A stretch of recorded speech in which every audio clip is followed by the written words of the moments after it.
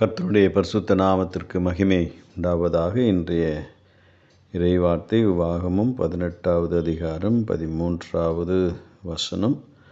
உன் தேவனாகிய கர்த்தருக்கு முன்பாக நீ உத்தமனாய் இருக்க கடவாய். Deuteronomy 18:13. You must be blameless before the Lord your God என்று வாசிக்கிறோம். உன் கடவுளாகிய ஆண்டவருக்கு நீ முற்றிலும் உண்மையாயிரு.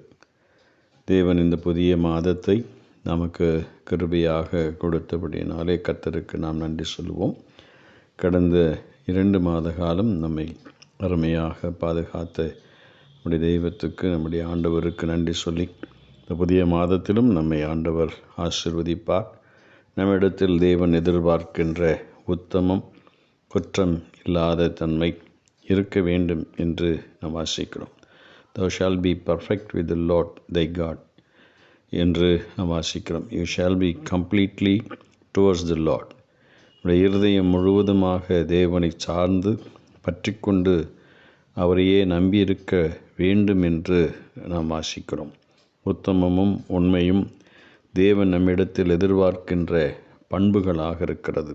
தாலந்து உவமையிலே இயேசு கிறிஸ்து சொல்லுகிற பொழுது 5 தாலந்து 2 தாலந்து பெற்றவர்கள் திருப்பவும் வேறே 5 தாலந்துகளையும் 2 தாலந்துகளையும் கொடுக்கின்ற போது, நல்லது உத்தமமும் உண்மையும் உள்ள ஊழியக்காரனே, கொஞ்சத்திலே உண்மையாயிருந்தாய், அநேகத்திலே உன்னை அதிகாரியாக்குவேன் என்று கர்த்தர் சொல்லுகிறார். தேவன் எதிர்பார்க்கிற உத்தமம் உண்மை நம்மிடத்தில் காணப்பட வேண்டும். உண்மை உள்ள மனுஷன் பரிபூர்ண ஆசீர்வாதங்களை பெறுவான்.